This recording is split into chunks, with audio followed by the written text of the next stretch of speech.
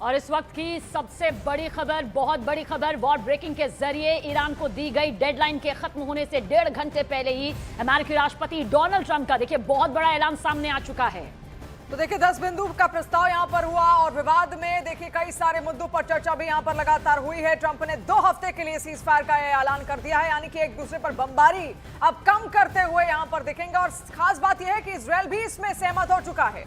देखिए बीच में खबरें ये जरूर सामने आ रही थी कि एक ऐसा प्रस्ताव सामने आ सकता है जिससे सीज फायर की तस्वीर यहां पर नजर आ सकती है, क्योंकि वैश्विक तौर पर डोनाल्ड ट्रंप पर यह दबाव भी सामने आ रहा था। जिस तरह से स्ट्रेट ऑफ हॉर्मूज बंद हो गया था, आर्थिक मोर्चे पर बड़े नुकसान यहां पर झेलने पड़ रहे थे। लेकिन सबसे बड़ी खबर इस वक्त की यही है कि 2 हफ्ते के लिए सीज फायर यहां पर अब ऐलान के तौर पर सामने आ चुका है। बाकायदा यूएस राष्ट्रपति डोनाल्ड ट्रंप का देखिए शिवानी ये सोशल प्लेटफॉर्म पर पोस्ट भी सामने आ चुका है। बेशक बहुत जरूरी भी यह था। देखिए जिस तरीके से लगातार तमाम देश कह रहे थे कि आप बातचीत कीजिए, बातचीत के जरिए कोई रास्ता यहां पर निकाले, क्योंकि हमारा तेल का स्टॉक लगातार रखा हुआ है। जितने भी अरब नेशंस थे उन्होंने तेल प्रोडक्शन बंद कर दिया था, क्योंकि उनका ये कहना था सभी ना कि हमारे पास जगह नहीं है, ना रखने की जगह है, ना ही आप ट्रेड यहां पर करने दे रहे हैं। और ऐसे में बहुत बड़ी दिक्कत उनको आन सकती थी। अर्थव्यवस्था यहां पर लगातार लुढ़कती हुई दिख रही थी उन तमाम देशों की, और अब कहीं ना कहीं एक राहत की सांस उन सब तमाम देशों ने किया है। और देखिए इस बीच ये बता दें कि पाकिस्तान के प्रधानमंत्री से बातचीत के बाद क्या कुछ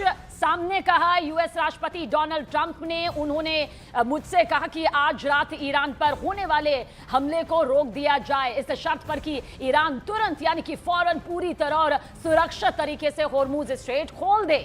और देखिए आगे वो ये भी कहते हैं कि मैं 2 हफ्तों के लिए हमले और बमबारी रोकने के लिए बिल्कुल तैयार हूं। ये दोनों तरफ से लागू होने वाला सीज फायर होगा। हम ऐसा इसलिए कर रहे हैं क्योंकि हम अपने सभी सैन्य लक्ष्य पहले ही हासिल कर चुके हैं और ईरान के साथ लंबे समय की शांति के लिए समझौता काफी आगे यहां पर आ चुका है। हमें ईरान की तरफ से 10 बिंदुओं का प्रस्ताव मिला है जिस पर बातचीत हो सकती है। पहले के ज्यादातर विवादित मुद्दों पर अमेरिका और ईरान के बीच सहमति बन चुकी है।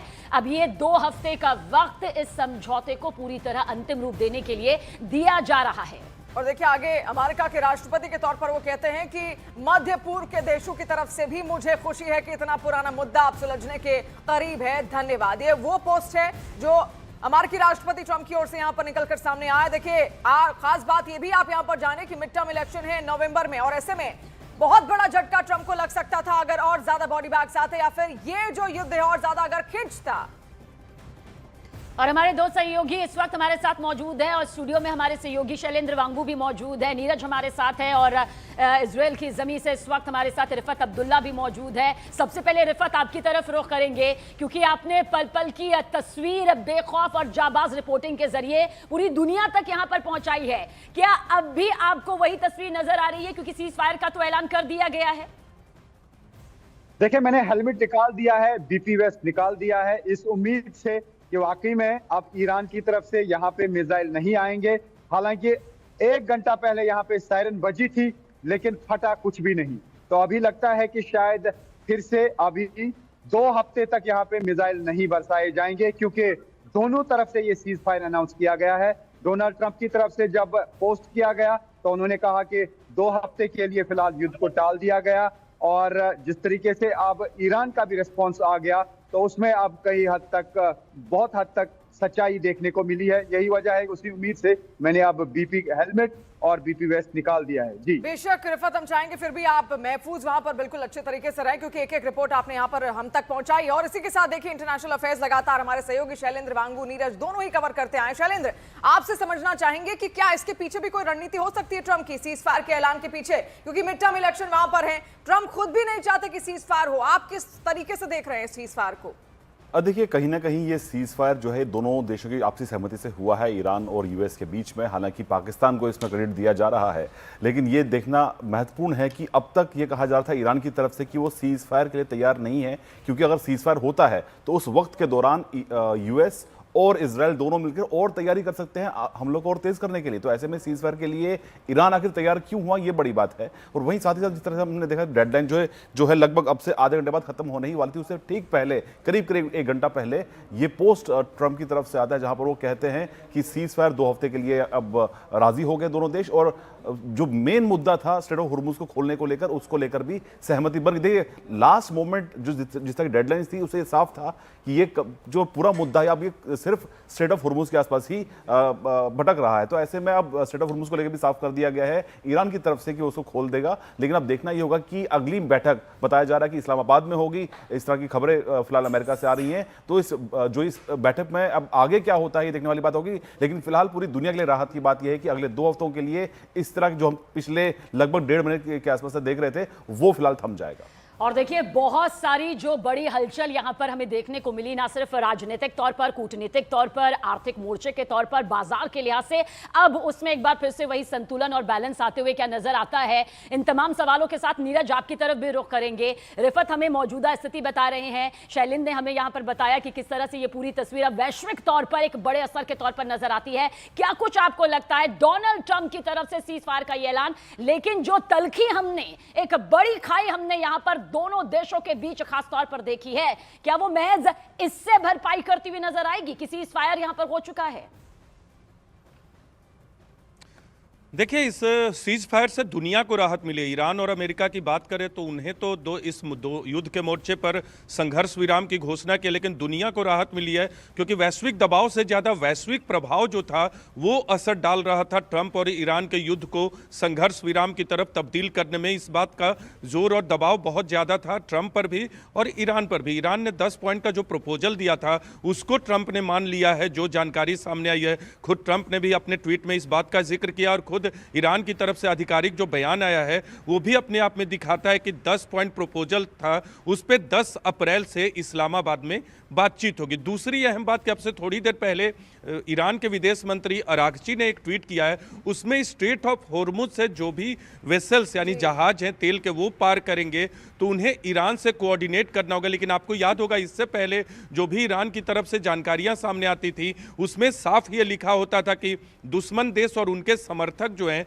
उनके तेल जहाजों या बाकी जो दूसरे जहाज है कमर्शियल उन्हें पार नहीं करने दिया जाएगा। लेकिन इस ट्वीट में अरागची ने ऐसा कोई शर्त नहीं लादा है। तो ऐसे में 14 दिन का जो सीज फायर है, मुझे लगता है कि स्ट्रेट ऑफ होर्मुज से तमाम वो जहाज जो कि अब तक अमेरिका और इजराइल का समर्थन भी करते रहे उन देशों के जहाजों को भी पार करने की इजाजत दी जा सकती है अगर वो ईरान से कोऑर्डिनेट करे और टेक्निकल जो कंडीशंस है उसको पूरा करे। ये भी खड़ा हो रहा है कि ईरान में अगर बातचीत हो रही तो किससे हो रही है और अब तक उस चेहरे को यहां पर सामने क्यों नहीं रखा गया, इस पर भी हम चर्चा करेंगे। लेकिन इस बीच देखिए सीज फायर को लेकर न्यूयॉर्क टाइम्स की एक रिपोर्ट के मुताबिक ईरान ने 2 हफ्ते के सीज फायर प्रपोजल को स्वीकार कर लिया है। और देखिए इस रिपोर्ट में क्या दावा किया गया है ये भी डिटेल वॉर ब्रेकिंग के जरिए आप तक पहुंचा दे। दरअसल दावा किया गया है कि ईरान के सुप्रीम लीडर मुस्तफा खामनेई ने सीज फायर को अपनी मंजूरी दे दी है। अब इस्लामिक रिपब्लिक की सुप्रीम नेशनल सिक्योरिटी काउंसिल ने 2 हफ्ते के सीज फायर का जिक्र करते हुए एक बयान बाकायदा जारी किया। बयान में कहा गया है कि समझौते की डिटेल्स को फाइनल करने के लिए शुक्रवार से बातचीत शुरू होगी और साथ ही इसका मकसद अमेरिका के साथ होने वाले समझौते की शर्तों को ज्यादा से ज्यादा 15 दिनों के अंदर अंतिम रूप देना है। वहीं पर ईरानी नेशनल सिक्योरिटी काउंसिल ने यह भी साफ किया कि समझौते में होर्मुज स्ट्रेट से गुजरने को लेकर नियम तय किए गए हैं जिनका पालन करना ईरानी सेना के साथ कोऑर्डिनेशन में ये सब कुछ यहां पर किया जाएगा। लेकिन सवाल वही है कि ईरान कितनी शर्तों को लेकर यहां पर तैयार होता है और क्या अमेरिका ईरान की शर्तों को मानेगा, क्या इजरायल ईरान की शर्तों को मानेगा, ये तमाम सवाल यहां पर हैं। इसको लेकर लगातार हम चर्चा करेंगे। लेकिन देखिए जंग को लेकर एक और बड़ी ब्रेकिंग इस वक्त सामने आई है और ये वॉर ब्रेकिंग ये कहती है कि व्हाइट हाउस ने कहा है कि इजरायल अस्थायी सीज फायर के लिए भी सहमत हो गया है। तो वहीं दूसरी तरफ ईरानी टीवी ने दावा किया कि अमेरिकी राष्ट्रपति डोनाल्ड ट्रंप ने युद्ध खत्म करने के लिए ईरान की शर्तों को यहां पर स्वीकार कर लिया है। और इन दोनों बयानों को जोड़कर देखा जाए तो देखिए साफ है कि अस्थायी सीज फायर को लेकर दोनों पक्षों की तरफ से सहमति बनती हुई दिख रही है। फिलहाल ये सीज फायर अस्थायी बताया जा रहा है, लेकिन इसे तनाव कम करने की दिशा में एक बहुत ही खास कदम माना जा रहा है क्योंकि 1 महीने से ज्यादा का वक्त यहां पर बीत चुका है। इस महायुद्ध की भयंकर तस्वीरें युद्ध के मैदान से सामने आ चुकी है। तस्दीक करती हुई हर एक तस्वीर भी यहां पर आप तक पहुंच चुकी है और हमारे सहयोगी रिफत अब्दुल्ला हमारे साथ मौजूद हैं। रिफत, सीधा सवाल जो कि आपने रिपोर्ट के जरिए लगातार इन्हें 1 महीने से ज्यादा वक्त से युद्ध के मैदान से पहुंचाया है, ये सीज फायर है जिसे किसी भी देश का हार ना मानना नहीं माना जाता बल्कि अस्थायी तौर से कुछ वक्त समय सीमा के हिसाब से रोकना माना जाता है। क्या उसका असर माना जाए अभी इसी वक्त से नजर आना शुरू हो चुका है? देखिए बिल्कुल आना चाहिए क्योंकि ये एक तरफा नहीं है, 2 तरफा है। जब डोनाल्ड ट्रंप ने पोस्ट किया, उसके बाद पूरा रिस्पांस आ गया है ईरान की तरफ से। ईरान के फॉरेन मिनिस्टर ने भी एक सोशल मीडिया पे पोस्ट करके बता दिया है वही जो डोनाल्ड ट्रंप ने बता दिया है। 10 पॉइंट फॉर्मूला जो है अभी उस पर बात हो रही है और उसमें बताया जा रहा है कि पाकिस्तान ये मीडिएशन की है। उसमें शहबाज शरीफ का भी नाम लिखा गया है, आसिम मुनीर का भी नाम लिखा गया है। लेकिन मैं आपको बता दूं कि उसका अब ऐसा लगता है कि दोनों मुल्कों के दरमियान एक अंडरस्टैंडिंग हुई है, यानी यूएस और ईरान के दरमियान एक अंडरस्टैंडिंग हुई है। जी तो ऐसे रिफात, में आपके किसी पास प्रकार- वापस लौटेंगे, आप अपनी बात पूरी कीजिएगा। लेकिन एक और बड़ी खबर इस वक्त आ रही है जहां पर ईरान ने सीज फायर की पुष्टि कर दी है। ईरान की ओर से पुष्टि की गई है। तो देखिए, ईरान के विदेश मंत्री ने सीज फायर की पुष्टि कर दी है। और अब्बास अगारची ने क्या कुछ कहा ये भी आपको वॉर ब्रेकिंग के जरिए बता दें। 2 हफ्ते के लिए सीज फायर पर यह सहमति बन चुकी है। उन्होंने ये भी कहा कि 2 हफ्ते तक स्ट्रेट ऑफ होर्मुज से आवाजाही होगी। इसके अलावा 10 सूत्री प्रस्ताव पर भी चर्चा होगी, ये भी उन्होंने ऐलान कर दिया। अमेरिका ने 10 सूत्री प्रस्ताव स्वीकार कर लिया है, ये भी अब्बास अरागची की ओर से कहा गया है। तो देखिए, इंतजार यही था। लेकिन सवाल अब भी वही है कि आखिर ईरान में क्या सीधे विदेश मंत्री से बात हो रही है? बातचीत आखिर किससे हो रही है? मध्यस्थता अगर कराने की कोशिश हो रही तो कौन सा वो चेहरा है जिससे हो रही? शैलेंद्र, आपसे यही जानना चाहेंगे, क्या ईरान की इसमें कोई स्ट्रैटेजी हो सकती है? आखिर उस चेहरे को अब तक अमेरिका की ओर से, इजरायल की ओर से भी छिपा कर रखा गया कि बातचीत किससे हो रही है, और ईरान भी खुलकर सामने नहीं आ रहा कि कौन सा चेहरा है। मुस्तफा खामनेई कह रहे हैं, अभी कल की एक रिपोर्ट थी कि कोमा में है, तो बात कौन कर रहा है? आपने बिल्कुल ठीक कहा, लेकिन देखिए इस पूरे मामले को लेकर सिर्फ प्रेसिडेंट ट्रंप की तरफ से इशारा किया गया कि जो नई रजीम है उसमें कुछ ऐसे लोग हैं जिनसे बात करना जायज़ है, जो रेडिकलाइज्ड नहीं है। इस तरह के चेहरे वहां पर हैं। लेकिन जहां पर अमेरिका की बात करें तो उन्होंने खुद जेडी वांस का नाम लिया, उन्होंने साथ ही साथ कुशनर का भी नाम लिया और विटकॉफ का भी नाम लिया। तो जाहिर तौर पर अमेरिका की तरफ से नाम सामने आए हैं। लेकिन ईरान में बात आखिर किससे हो रही थी, वो चेहरा कौन है आखिर, उसको लेकर अब तक कोई क्लैरिटी नहीं है। और ईरान की तरफ से भी कोई सीधे तौर पर चेहरा सामने नहीं आया। वही आपको ये भी बता दें कि पिछले दिनों जो रिपोर्ट्स आ रही थी उसके मुताबिक ये कहा जा रहा था कि अमेरिका ने ये साफ तौर पर कहा है कि ईरान के राष्ट्रपति पेजेश्कियन, ईरान के विदेश मंत्री अरागची और जो मुस्तफा खामनेई है ईरान के सुप्रीम लीडर, इनको टारगेट ना किया जाए। यानी कि इनसे बातचीत के जरिए हम मसले हल कर सकते हैं, तो इनका टारगेट ना किया जाए। तो इन तीनों में से कोई एक चेहरा हो सकता है, लेकिन वो ऑफिशियल चेहरा कौन होगा ये देखने वाली बात होगी। साथ ही साथ जो इस्लामाबाद में जो मीटिंग होने वाली है, जो बताया जा रहा है कि शुक्रवार को पहली मीटिंग होगी दोनों देशों के बीच में, तो ऐसे में ईरान की तरफ से कौन सा चेहरा होगा उससे बात साफ हो जाएगी आखिर बातचीत किससे हो रही थी। नीरज, यहाँ पर आपसे समझने की और जानने की पूरी कोशिश करेंगे, क्या यहाँ पर डेडलाइन से पहले ही सीज फायर का ऐलान हो जाना अपने आप में ये बताता है कि ये एक वो बड़े स्तर की स्ट्रैटेजी है जिसे हम सिर्फ इजराइल, अमेरिका और ईरान तक नहीं जोड़ सकते? स्ट्रेट ऑफ होर्मुज का खुलना यानी कि वैश्विक तौर पर वो महा संकट जिस पर सभी देशों की नजरें टिकी हुई थी, सब इससे जूझ रहे थे, एक सबसे बड़ी राहत, मतलब मौजूदा वक्त की बहुत बड़ी राहत। क्योंकि हमने देखा किस तरह से महंगाई दर, किस तरह से दाम 50 से 60% को पार कर चुके थे।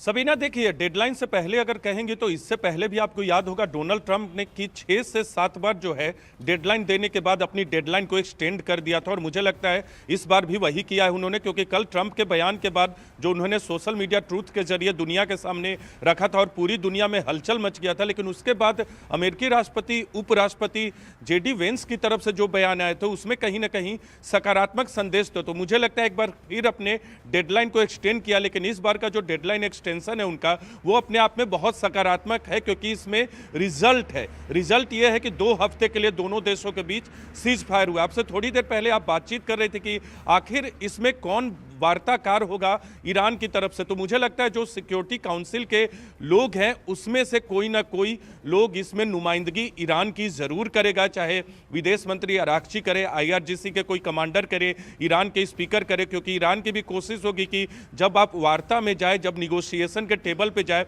तो हर पक्ष के लोग होने चाहिए। क्योंकि अब तक जो दुनिया में चेहरा रहे हैं ईरान की तरफ से वो अरागची रहे, जो कि वहां के विदेश मंत्री है। डिप्लोमेटिक लेवल पे उन्होंने ईरान के पक्ष को दुनिया के सामने रखा है।